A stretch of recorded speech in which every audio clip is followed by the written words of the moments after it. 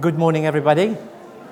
My presentation this morning, we're going to be talking about the simple truth about wound exudate. And from my point of view, the title of the presentation is about simplifying exudate, perhaps, is what you probably would picked up. But exudate, we're looking at the cellular level, is slightly different. Perhaps I'm just giving you a little warning that it can be a little bit complex, particularly if we're looking at the cellular components of wound exudate. So my name is Rommel Orig, so I am employed by Convatec as a clinical strategy manager. But prior to joining Convatec back in 2018, I was a tissue viability nurse for 10 years and then joined Convatec. Then I still hold an honorary contract for the same trust, so to make sure that what I'm teaching or what I'm sharing with you is current and up to date. So that's just a little bit about me, so that's my name. So my main objective for today's presentation really is to give you a definition of what really a wound exudate is, to understand the role of wound exudate, the importance of wound exudate in terms of wound healing, and to discuss how we can manage wound exudate better, so particularly in excess wound exudate. Before I go into the presentation, I think it's wise to outline the vascular network when we're looking at those vascular network underneath the skin. So before wounding, underneath the superficial layer of the skin, runs a vascular network. And particularly, I'll be focusing on the arteries and the capillaries. Underneath those are the lymphatic system. So what happens in normal environment is blood flow into the arteries, into the capillaries, and fluid in a controlled manner will leak out into the interstitial cells to feed the cells for all the skin and organs to grow. During that process, the cells will metabolize any electrolytes, oxygen, or any nutrients for them to function. After they metabolize those, in excess or waste products will be drained back into the lymphatic system and back into the central circulation. Approximately 8 liters of fluid will be leaked out in 24-hour period in the interstitial cells. So there's some good news here. We are full of fluids. So if you want to lose weight, losing fluid is great, but I'm not talking about wounding. So we're full of fluid. So from a wounding perspective, or as an analogy, if you burst a balloon, the air will have to go somewhere. At point of wounding, this fluid has to go somewhere, and that is wound exudate. So the definition of wound exudate is a wound fluid or wound drainage. So it plays a key role in wound healing. However, it can delay wound healing in the wrong amount, a wrong composition, and in the wrong place. Now, we need wound exudate. From an acute wound perspective, it is essential for wounds to be able to heal. But in those circumstances, when the normal healing environment, as of course, is in a normal phase, then we would expect this wound to heal. However, in chronic wounds, when wound exudate becomes wrong in terms of its composition, volume, and wrong in terms of placement, this is when we can see complications of wound healing. To really understand, particularly on the chronicity of wound and the role what exudate plays, and how it correlates into the 4 phases of wound healing, we can look at wounding. So at the point of injury, so when you sustain the wound, what happens is collagen and tissue will be exposed. At that particular point, the first response of the body is to release platelets. And we know that from our nursing training. Platelets will aggregate to the wounded area. Now, these platelets will be short-lived in terms of its vasoconstriction, because it has to vasoconstrict to stop the bleeding and plug that injured site. It's slightly short-lived. Once it plugs the bleed, what happens is it's vasodilation. Now, we know our skin is not sterile. We will have bacteria on the surface of our skin, and those bacteria at the point of wounding will release a biomarkers. Remember the word biomarkers. So the bacteria will release biomarkers. The injured or damaged cells will release a damaged cells markers. Those are signaling proteins. So once the body receives those signals, histamine will be released. I best to click that. Histamines will be released. Now, what the role of histamine is, particularly from a wound healing perspective and correlating it to wound exudates, it increases vessel dilatation. So we'll talk about vessel dilatation. And it also increases permeability. Vessel dilatation is a widening of the vessels. Our vessels carry cellular cargo. I'm talking about white blood cells, red blood cells, and proteins, glucose, and other nutrients and electrolytes. So what happens then, there will be increase in the load, the vascular cargo, into our vascular network because it's sensing that there is a wound. And then what happens, this is this increased permeability. So for the vessels to allow the release of those white blood cells into the interstitial cells to potentially, for example, allow phagocytosis or eat or metabolize those bacteria into the wound bed. What happens at those points with different components of those cellular cargoes is the production of wound exudate.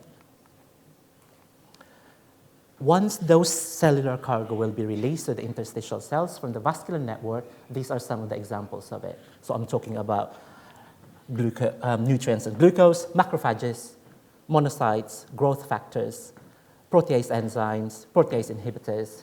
I talk about platelets and red blood cells. So those are some of the normal components within the wound exudate that have escaped into the interstitial cells from the vascular network. So I mentioned about platelets. So platelets is needed for homeostasis, and it's the first stage of wound healing. It starts coming together to form a clot, protect the wound, and prevent further blood loss. Platelets at the point of wounding, where they sit, is quite unstable. They're not very solid. So what the platelets will do is it will recruit more fibrin to almost hold them together, to really solidify that coagulation and stop it from bleeding. So at the point of wounding, when you're assessing a wound and when you're looking at potentially a blood clot and you're just thinking there's some fibrin layer over it, or it's almost like gelatinous in appearance. So that is coagulated platelets with loads of fibrin sitting on it. So it's pretty normal, particularly if we're looking at acute wound. So don't be too alarmed. Platelets also will release some growth factors that are important for regeneration and repair when it comes to wound healing. Next is macrophages and monocytes. These are very important. I hope you can understand far more better what macrophages is when it comes to wound healing and inflammatory response after this session.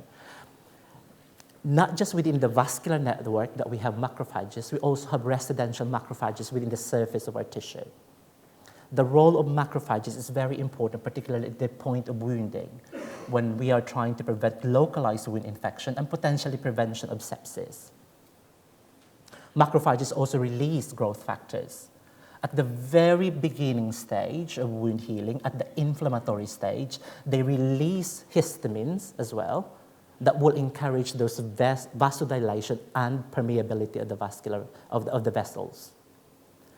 At that particular stage, there will be what we call a pro-inflammatory response. Now, at this stage, you will see at the wound level, that's why you will feel what we call erythema.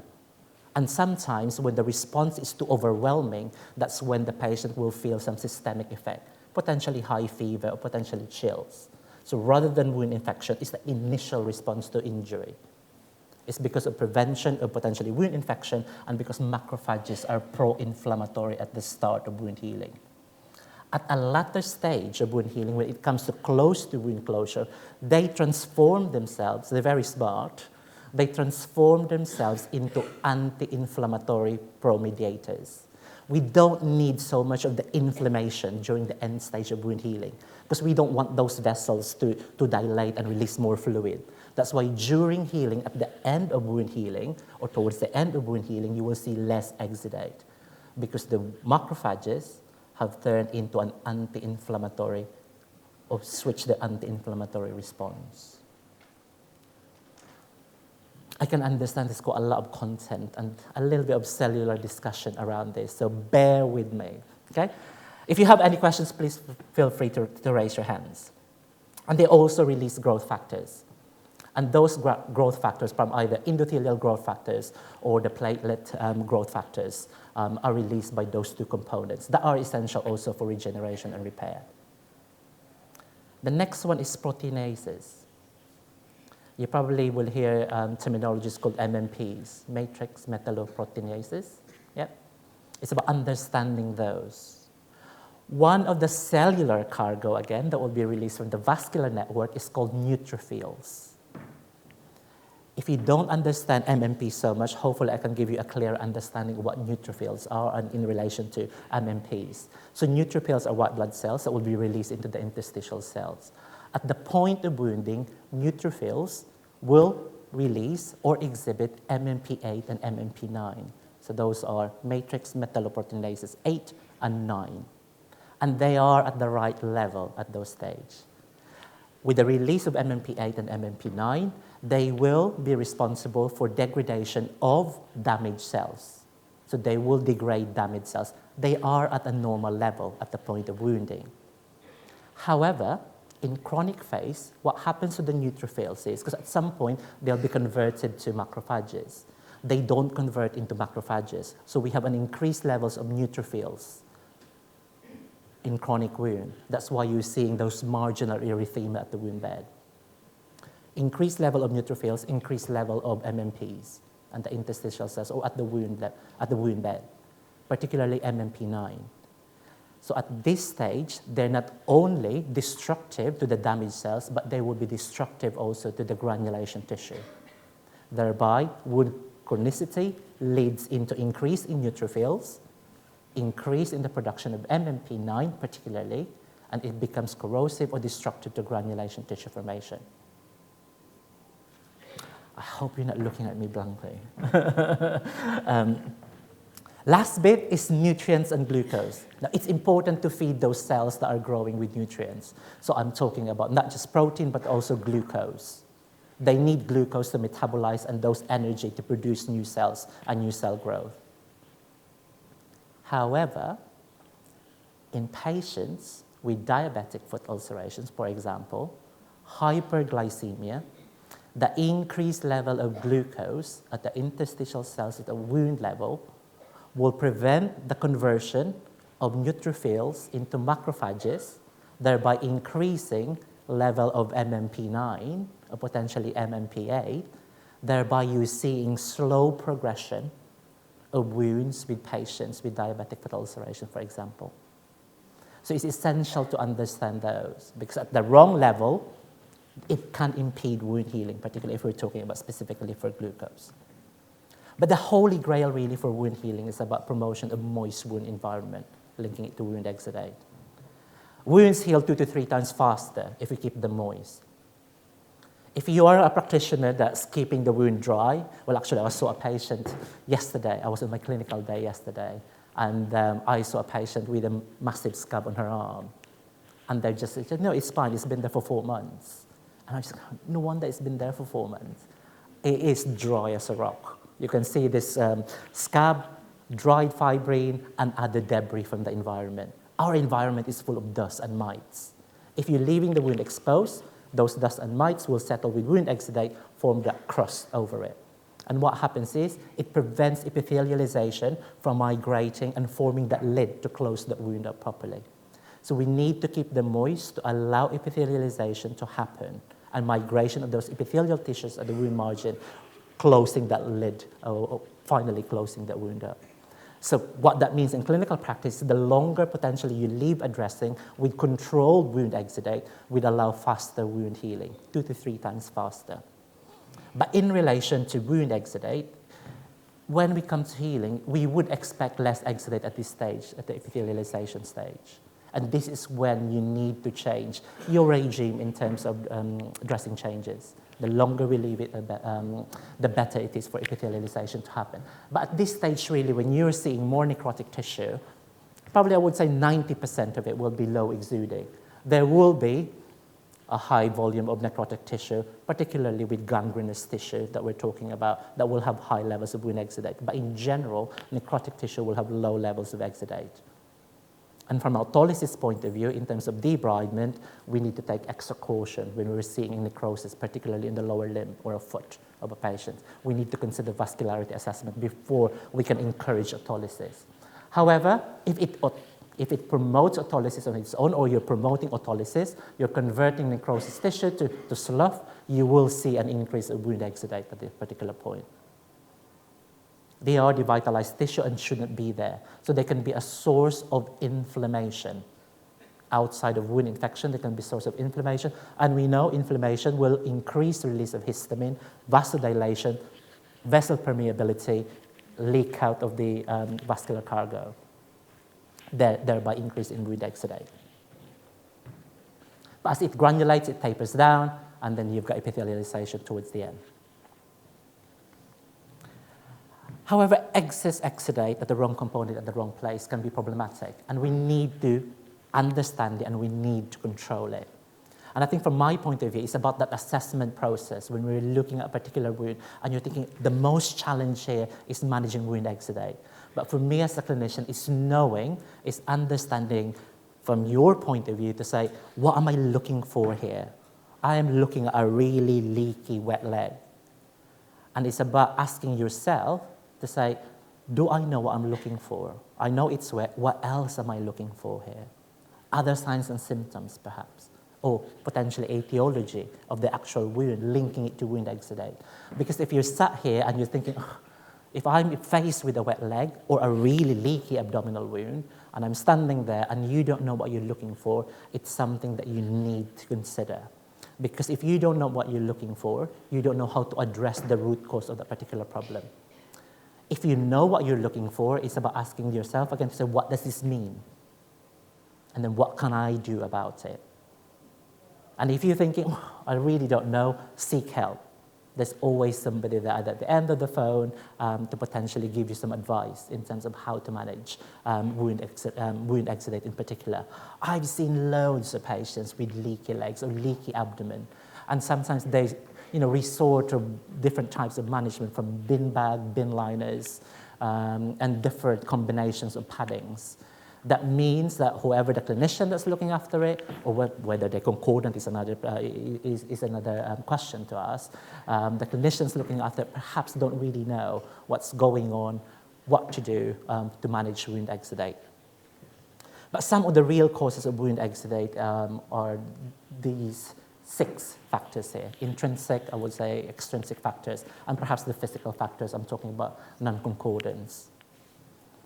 I think majority, if I'm talking about lower limb ulcerations, the use of compression bandages, that's the most challenge that I've seen in the community and even in the acute sector. Most of the patients really don't comply well with those type of management, but sometimes it's about patient engagement and conversation and making them understand why you're asking, why you're doing certain things to their limbs. Inflammation and infection, we know as a local factors, infection can be a trigger for increase in the inflammation. That's why you are seeing increase in wound exudate. And sometimes it's not just about the increase in the volume of exudate, it's about the consistency, the viscosity, and sometimes the smell, even without taking a dressing, particularly Pseudomonas. The minute you walk into the room, you're just thinking, oh, yes, I've got Pseudomonas here. I can taste it at the back of my throat. You do. Even sometimes, if they show it to me in the screen, I was just thinking, oh, I can smell that. And they say, are you kidding me? I said, I can see Pseudomonas. They're bright yellow on there and bright green. So even at the screen, you can see them. But yeah, at this stage, it's about management of infection, to control that wound exudate, reduce bioburden. Systemic problems, congestive heart failure, excess edema, venous hypertension, very much linked. So poor cardiac output, fluid pooling on the limbs. Once you got pooling, vascular permeability, vascular pooling, dilatation, escape of cellular cargo and escape of those wound exudate. That's why you're getting that leaky legs. For patients with heart failure, there's some element of caution when you're doing some form of compression, but depends on your local guidance and policies. In some trusts, they're quite aggressive. Some trusts are quite conservative from that point of view. Have a conversation with your CCF nurse. Excess edema and venous hypertension, generally particularly from a venous ulcers point of view, compression is still the gold standard in management of this type of ulcers. Outside of compression, you're going to struggle to control wound exudate, and you're going to struggle to potentially heal that wound. In the hospital setting, when they get admitted, Sometimes it's fine because sometimes they're too unwell to mobilize and have that leg dependent, so you can elevate those limbs. So you're encouraging venous returns. Again, cellular cargo back into the lymphatic system, back into the central circulation, thereby less leakage into the interstitial cells. But concordance is important to address. Without patient concordance, it's really, really difficult to engage with the type of management that you're trying to establish with this patient. And sometimes you can meet them halfway. Advancement technology, particularly in compression, has moved on quite a bit. So we've got some options on what to offer our patients when it comes to compression bandaging. But what we're trying to achieve really is achieving a moisture balance, the Goldilocks principle. It's almost like too picky. Not too dry, the wound was, not too wet, just right. And try to reach that just right level when you're looking at management of exudate sometimes can be tricky. But one piece of advice with me is, we got company representatives outside, is making sure that you understand how dressing works and how it can work on your favor. How much absorbency, potentially. How long can I leave it for?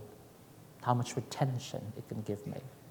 And not just wound dressings, but other management strategies that can help you control wound exudate. But remember, it's that delicate balance that we need to achieve when we try to promote that moist wound healing environment.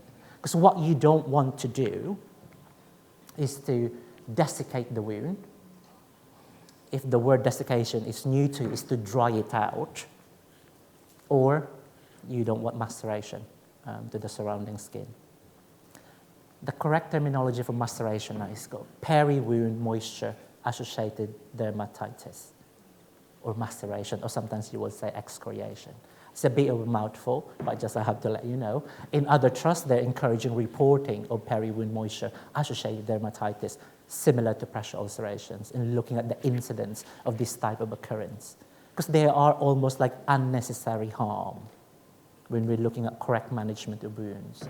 But desiccation is you don't want to promote, as I said earlier, about the migration of epithelial cells from the margin and promoting wound closure. But definitely maceration can lead into a whole host of problems. From a patient perspective, delayed healing, increase in malodor, increase the risk of localized infection, for example, and sepsis, prolonged pain and discomfort, and possible hospitalization. These type of complications are unnecessary if we know what we're doing on how to manage wound exudate, if we understand wound exudate and how it's being managed. Because a lot of patients, I have met a patient that would be embarrassed to see their friends or to meet their family members because they felt that they smell and they felt that their bandage can leak at any point. I was seeing a patient with a breast wound as well. She wouldn't go out at all because she felt that potentially that dressing would not hold wound exudate and it would just start to leak out and ice would be on her. So those kind of impact to patients it can have if we don't manage wound exudate very well. And I think from your perspective as well as a clinician, it's about your nursing time. If you get it right, you will have less visit and you will have less nagging from whoever, from a patient perspective or from their loved ones, because it is frustrating for them. I can't imagine it because luckily enough, I haven't had any wounds that are exuding high volumes of exudate. So, but from a clinical perspective, I see significant amount of patients with leakage and unmanaged wound exudate that they're struggling with.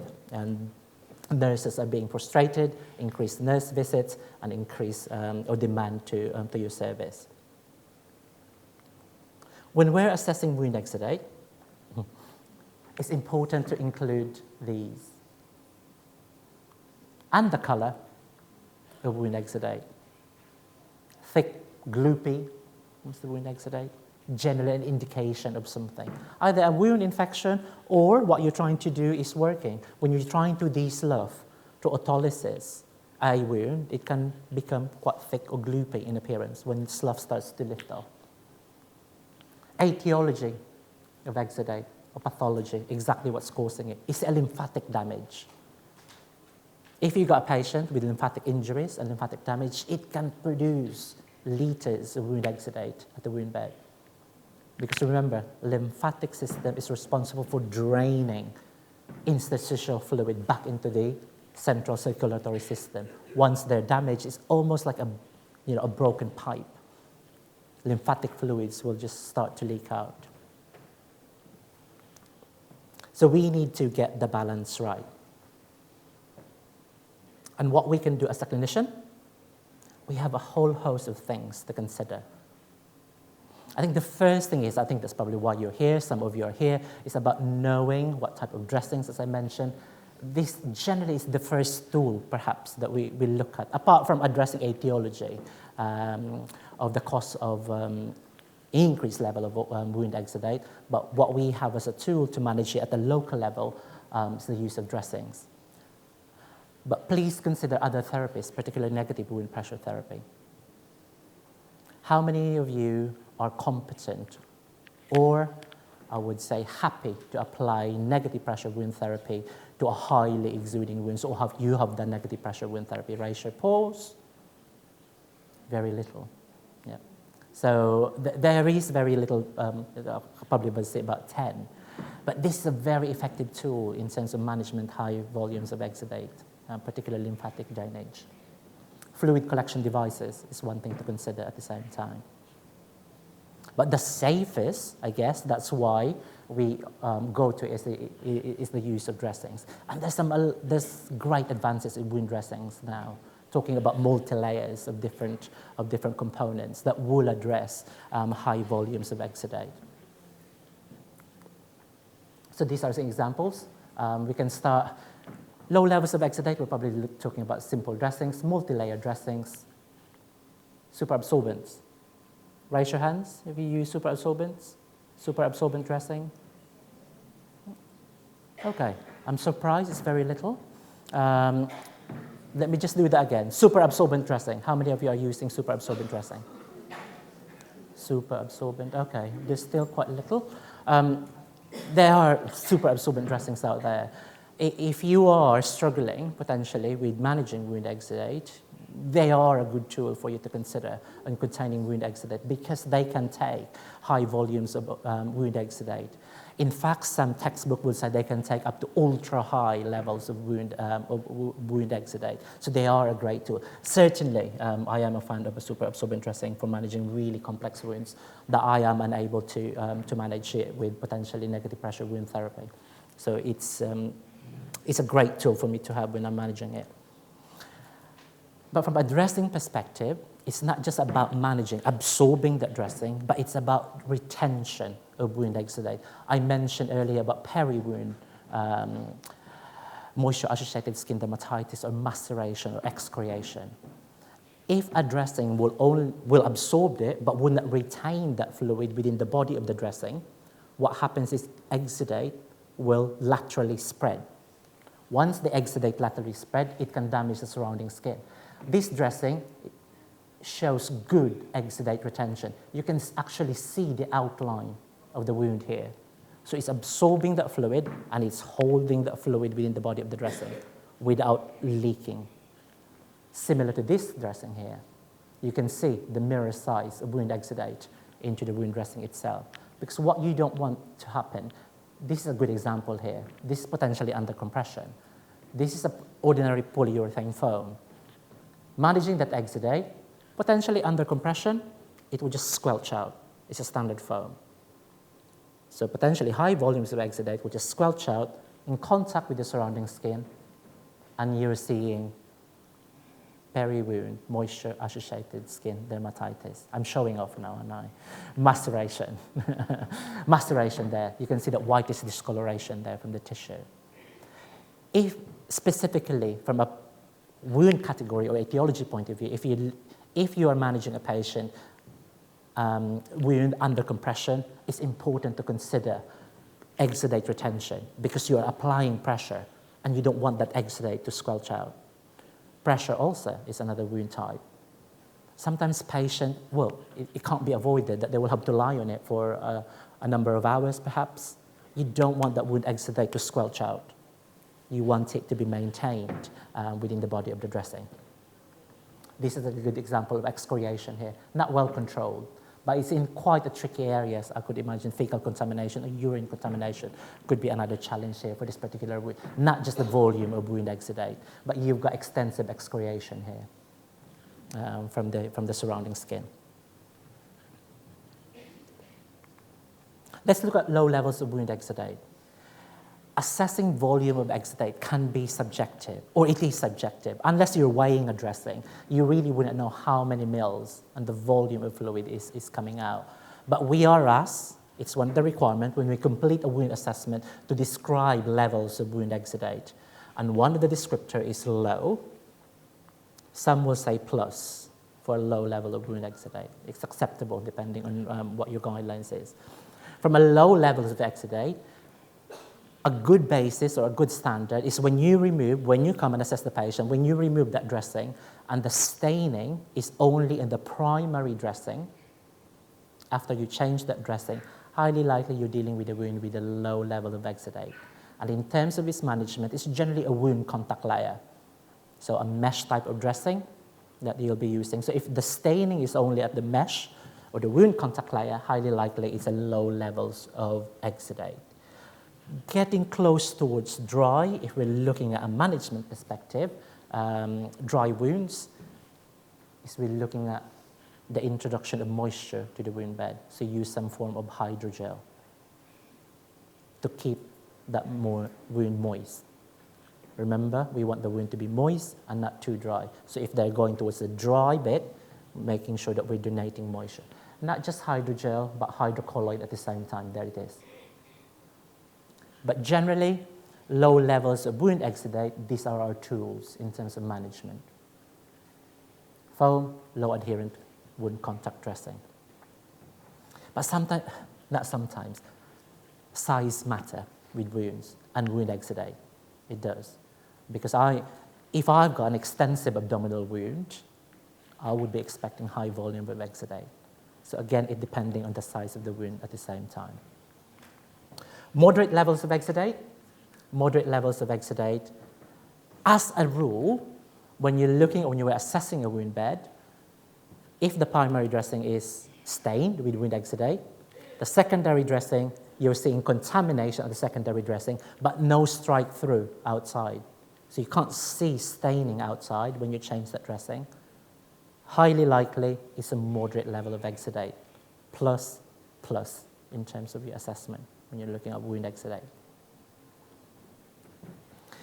These type of wound exudate you have to be vigilant with this type of wounds, because at any point, if we don't achieve wound healing, if this wound goes into the chronic side of things, we know exudate can increase, and this potentially could happen, again, maceration. What maceration is it's an overhydration of the cells within the surrounding tissue. This is a very high risk of what I call wound expansion. If you're not careful, the wound would potentially manifest at this size, and it will carry on, and it will carry on. I think this is very common with patients with diabetic foot ulcerations that doesn't comply with offloading, that doesn't comply with elevation, and doesn't comply with potentially good hypoglycemic control, that you will see this type of presentation. Or a poor dressing choice. When faced with this type of wound, making sure from a local perspective or from a management perspective, it's not just about the management of that, or change the management of this. This is an ordinary polyurethane foam. It's about what you can do at the peri-wound skin. What sort of protection can you deliver? In complex cases, it's about asking, why am I seeing this? And addressing those pathology from that perspective. For this type of wounds, hydrofiber will be your friend, absolutely. It will retain that wound exudate, and it will get a high level of absorption. Alginates, perhaps, foam, absorbent pads, and you may consider negative wound pressure therapy, fluid collection devices, skin protectants, as I mentioned, in terms of its management.